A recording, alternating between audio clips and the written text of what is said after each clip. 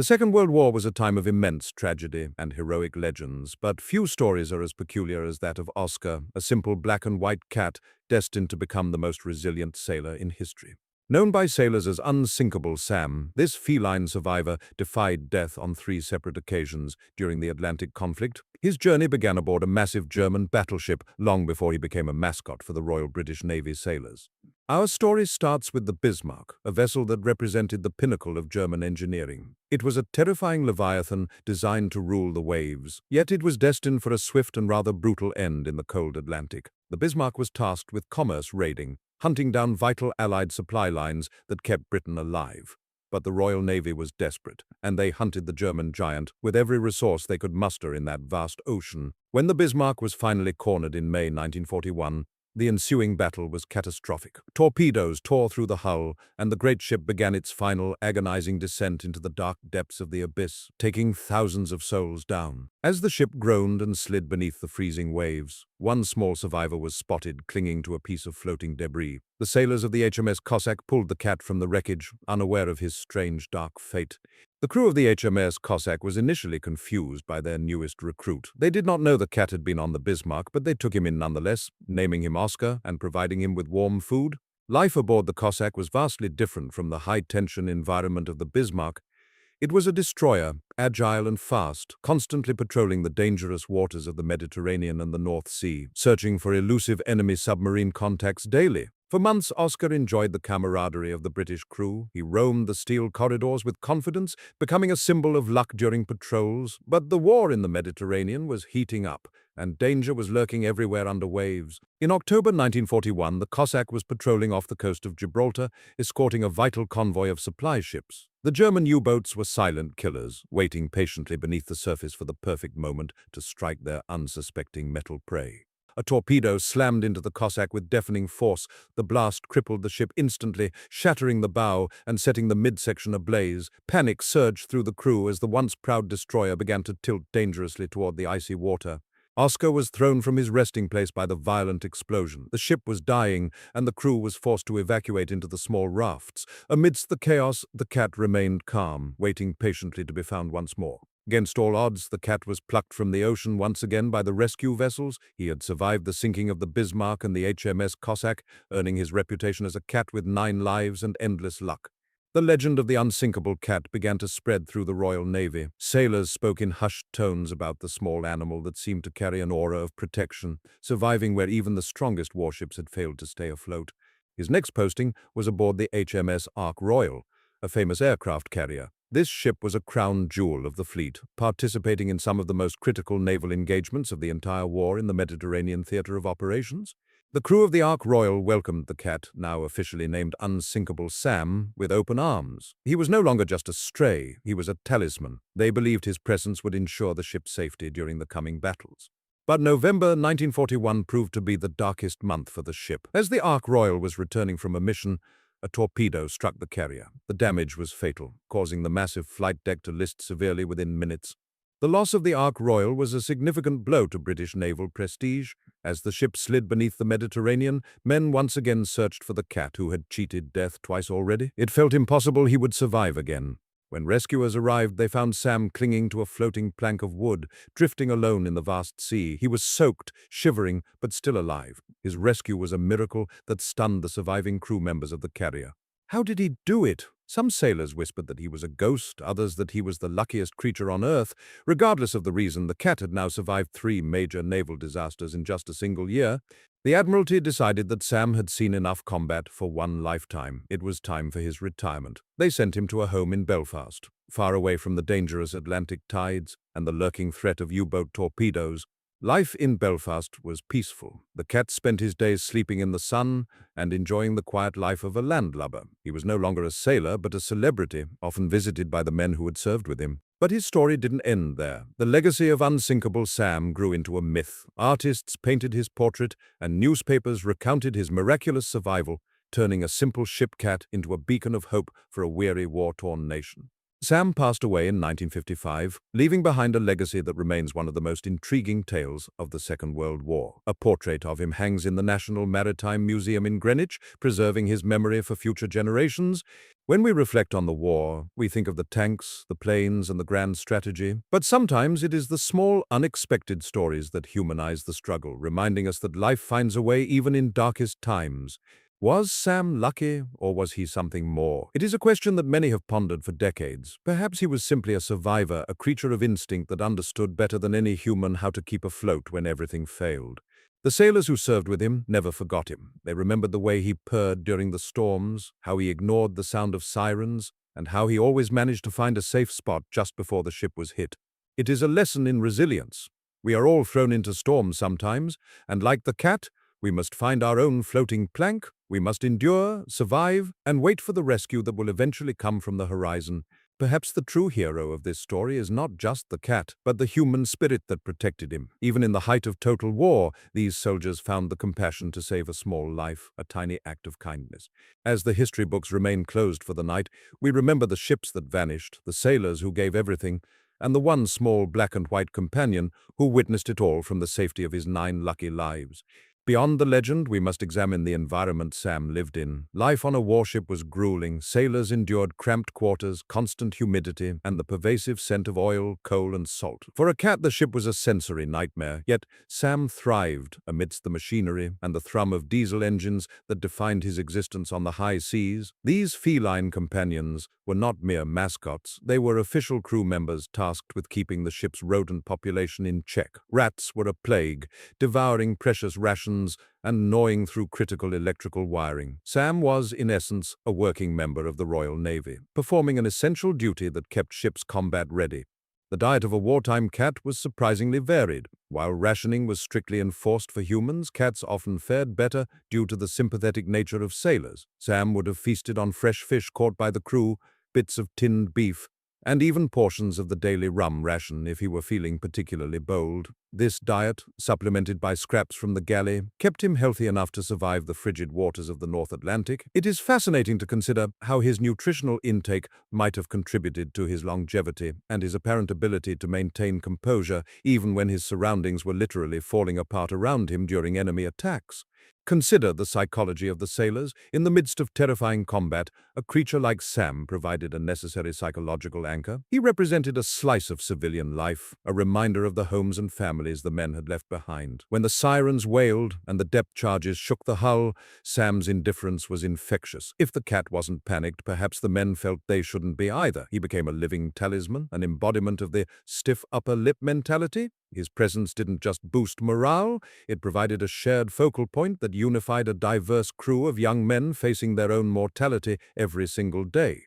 The geography of Sam's journeys is also a point of interest. From the icy, dark waters of the Denmark Strait, where the Bismarck met its end, to the choppy, hazardous seas of the Mediterranean, Sam traversed the most dangerous theaters of the war. He survived the transition from the German tactical mindset to the British naval doctrine, effectively acting as an intelligence asset, albeit an unknowing one. His survival across 3 different sunken vessels is statistically improbable, suggesting that he possessed an innate, heightened awareness, a feline sixth sense, that likely allowed him to detect vibration, barometric pressure changes, or structural shifts long before the humans on board noticed them. Sam's transition from the Bismarck to the HMS Cossack is particularly intriguing. He was plucked from the wreckage by British sailors, an act of humanity that occurred even during the heat of naval engagement. This highlights the peculiar code of conduct that sometimes persisted in the brutal reality of total war.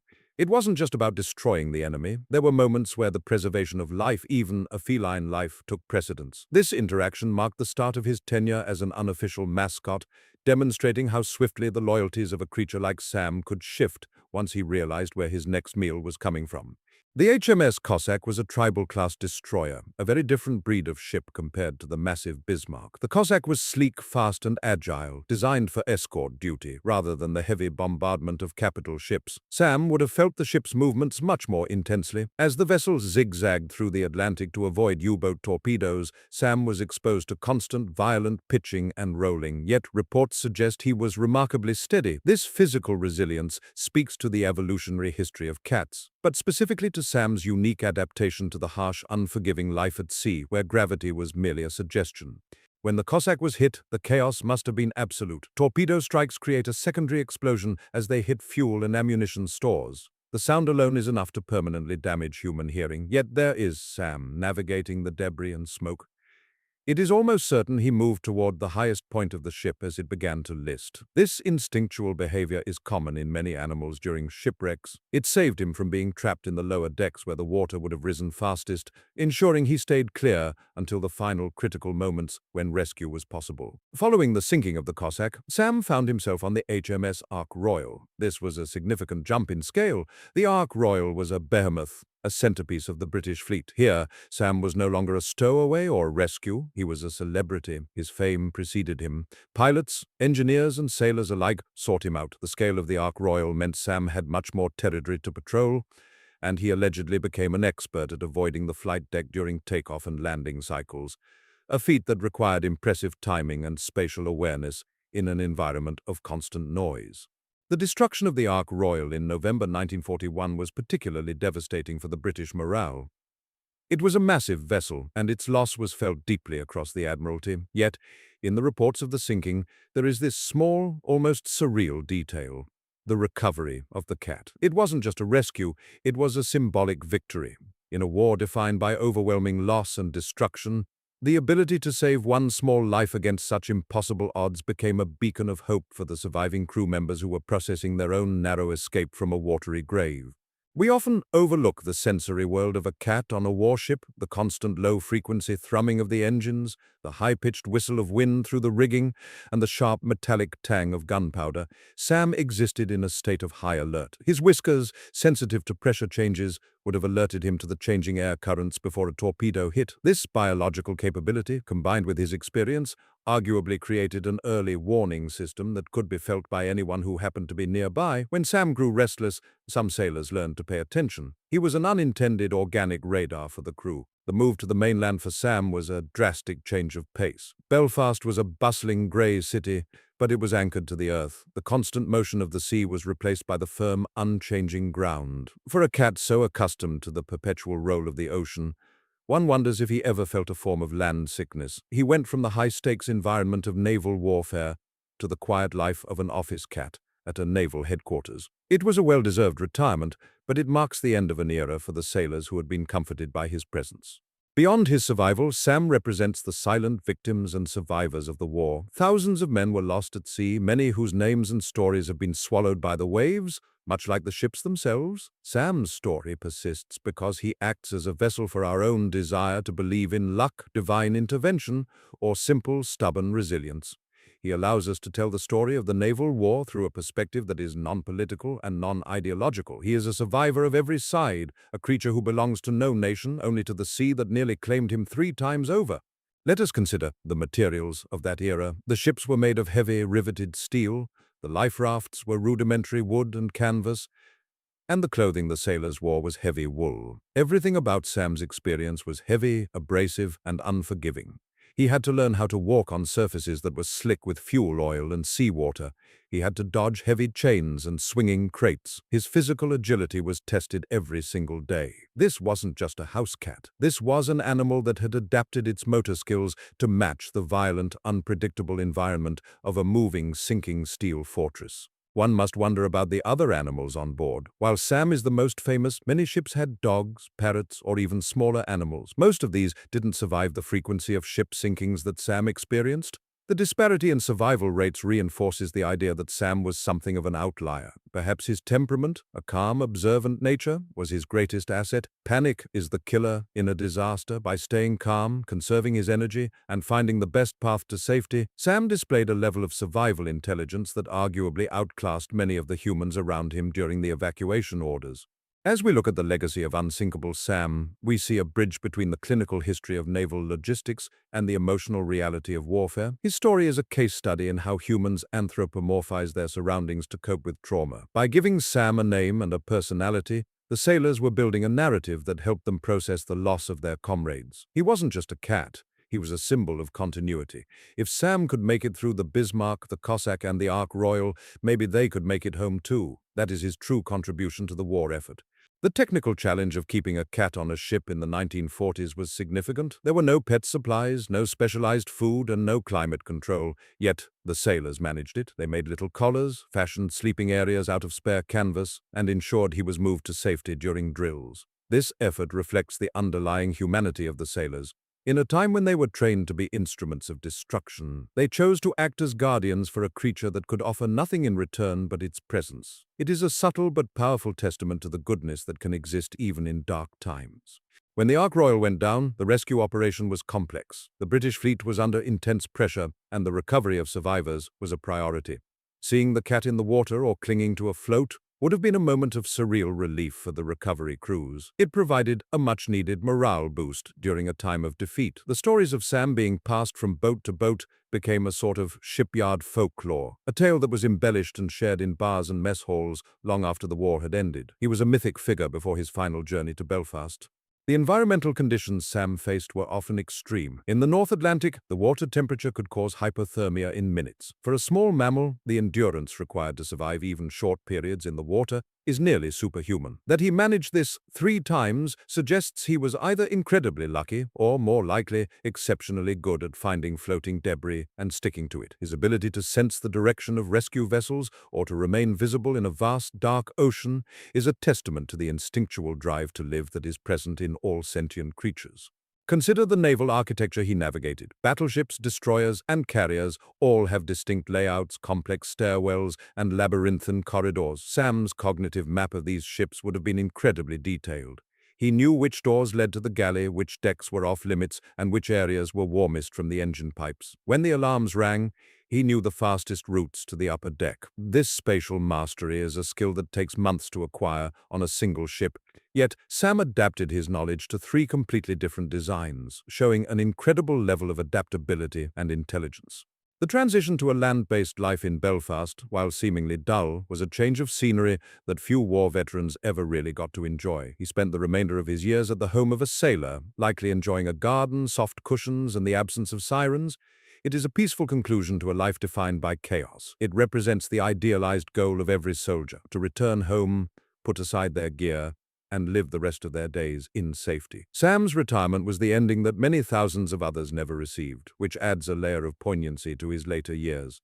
If we look closely at the surviving images of Sam, we see a cat that looks unremarkable yet carries a weight of history. His eyes seem to reflect a certain world weariness. It is easy perhaps to project our own feelings onto him, but there is something undeniable about his gaze. He has seen the world at its most volatile. He has experienced the power of the ocean, the force of modern weaponry, and the fragility of the machines humans build to assert dominance. He remains a quiet observer of the greatest conflict in human history, an unlikely witness to the 20th century.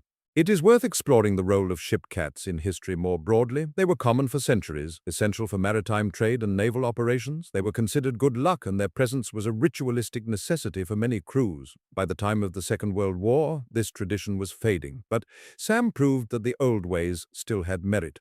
His story acts as a cultural bridge connecting the age of sail and wooden hulls to the age of steel and jet propulsion. He is the last of his kind in the context of global war, a living relic of maritime history. Looking at the historical context, the sinking of these vessels was also a massive environmental disaster. Thousands of tons of oil were released into the seas, destroying marine ecosystems. Sam, in his own way, was a victim of this ecological impact. He spent his life surrounded by the wreckage of human industry, swimming through oil-slicked waters and living in the shadows of fuel tanks. His survival is not just a personal victory. It is a strange anomaly in an environment that was being fundamentally altered by the machines of war. He is a small point of light in a dark, polluted chapter of history. Ultimately, the legend of unsinkable Sam forces us to ask, what does it mean to be a survivor? Is it about strength, or is it about adaptability? Sam didn't fight the ocean, he moved with it. He didn't fight the ship sinking, he recognized it and retreated to higher ground. He is a masterclass in survival intelligence. As we conclude our journey through his life, we are reminded that sometimes the most important quality isn't the ability to charge into the fray, but the ability to recognize when the game has changed and to act accordingly for the sake of survival. The final chapter of Sam's life was simple, but it was earned. He lived out his days in Belfast, presumably content with the stillness. While historians analyze the tactical errors that led to the sinking of the Bismarck, the Cossack, and the Ark Royal, Sam's life remains untouched by strategy. He lived a parallel existence, one that was shaped by the war, but never defined by it. He was a cat, doing cat things in a world gone mad. His legacy persists, not as a military accomplishment, but as a touching reminder of the small lives that intersect with our own during moments of great historical upheaval. The sailors who encountered Sam in the 1940s are now mostly gone. As the generation of the Second World War passes into history, the story of unsinkable Sam becomes a folkloric artifact. It is a story that has been told and retold, with details added and softened, a process that happens to all legends. However, the core of the story, a cat, 3 ships, and a series of miraculous recoveries, remains consistent. It is a story that refuses to die, much like the feline at its center. It is a story that reminds us of the power of narrative in human life. Think about the mechanics of the rescue. In the chaos of a sinking ship, a sailor has seconds to reach a life raft. To carry a cat along, to worry about its welfare when his own life is at stake, is an act of pure empathy. It suggests that for many, Sam was more than a mascot. He was a friend. This bond, formed in the crucible of combat, is something that transcends species. It is a profound expression of the humanity that remains even when society collapses into the brutality of war. The sailors were the true heroes for saving him, again and again. The technological evolution from the Bismarck's heavy armor to the carrier's flight decks reflects the shift in warfare, yet Sam remained constant. He didn't care about the caliber of the guns or the range of the torpedoes. He cared about his place on the ship and his connection to the crew. He offers a grounded perspective on the insanity of modern warfare. By focusing on his experience, we see the war not through the lens of tactical brilliance or political failure, but through the simple, enduring desire to survive and thrive, a drive that exists in every living thing. Perhaps the most interesting aspect of Sam is how his fame evolved. He wasn't a hero in the traditional sense. He didn't capture a submarine or fire a cannon. He simply survived. This makes his story accessible. Everyone can relate to the feeling of being caught in a storm, of trying to navigate an impossible situation, and of searching for that one piece of debris that will keep them afloat. Sam is a mirror for our own survival instincts. He is the personification of the hope that we, too, can emerge from our own sinkings and live to see another day. As we close this chapter, we honor not just the cat, but the men who served alongside him. The sailors of the Royal Navy and the German Kriegsmarine were locked in a lethal dance, yet they were all human beings at the mercy of the same sea. Sam's story is a reminder of the shared reality of the war. Whether on a U-boat, a carrier, or a destroyer, the fear was the same, the cold was the same, and the risk of being lost to the depths was the same. Sam lived through it all, a silent, furry witness to history. To truly understand the legend, we must dig deeper into the classification of unsinkable. It's a term of irony, of course. No ship is unsinkable, as the Titanic and the Bismarck proved. Yet, the label applied to the cat became a badge of honor. It was a way for the crew to reject the inevitability of the war's destructive nature. If the cat couldn't be sunk, perhaps their luck would hold out too. It was a cognitive bias, but one that kept them sane in an environment where rationality often felt like a liability. Consider the logistics of the Bismarck's last battle. The sheer intensity of the anti-aircraft fire and the naval bombardment would have made the ship a deafening inferno. For a cat to survive that, it would have needed to retreat to the most secure, sound-dampened part of the hull. Sam's survival speaks to a high level of environmental awareness. He understood the architecture of the ship better than many of the recruits. This spatial intelligence is a key to his longevity, as he consistently moved away from the impact points that were most likely to lead to total ship failure. The HMS Cossack was a destroyer, a ship designed for high speeds and rapid tactical maneuvers. The difference in sensation for a cat would have been profound. On the Bismarck, the ship was a slow, lumbering, massive entity. On the Cossack, it was a swift, darting predator. Sam adapted his equilibrium to these different movements. His physiology is a mystery, but his success is undeniable. This adaptability is the hallmark of the domestic cat, which evolved from desert hunters to become the companions of sailors who traversed the most hostile maritime environments on Earth. The Ark Royal was the ultimate test. As an aircraft carrier, it was an incredibly complex environment. The flight deck was a space of intense noise, wind, and danger. Sam lived there, among the biplanes. He became part of the daily routine for the flight crews who prepared these aircraft for reconnaissance and strike missions. It is a surreal juxtaposition, a cat grooming itself while technicians prepared torpedoes and bombs. This level of normalcy in a high-intensity environment is what makes his story so incredibly humanizing to us, even if he was just an animal. What about the sailors who found him? In the North Atlantic, the water was so cold it caused immediate shock. A human in the water could last minutes. The fact that the sailors spotted him, or that he was able to alert them to his presence, is a feat of coordination. It required the cooperation of multiple crew members to pull him up from the frigid sea. This was a moment of grace. Amidst the sinking ships, burning oil, and dying men, they chose to save the cat. It's a story that transcends the military objective and speaks to the spirit. We often talk about the lucky charm aspect of Sam, but let's consider the practical side. Rats were a major issue. On a warship, they could spread disease and ruin food supplies that were essential for the crew's survival on long-range patrols. Sam wasn't just a mascot, he was a hygienic asset. The Admiralty had a long history of keeping cats for this very reason. By being an efficient hunter, Sam likely contributed to the health and readiness of the crew in ways that were never officially documented, but were certainly appreciated by the men who didn't have to deal with infestations. There's a beautiful irony to Sam's name, Oscar, or Unsinkable Sam.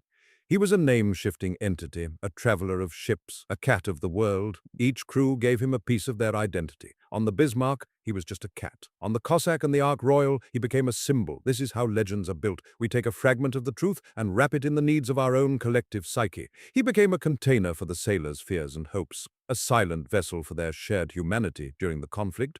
When we think of the Second World War, we usually see images of soldiers in trenches, planes in the sky, or massive tank formations.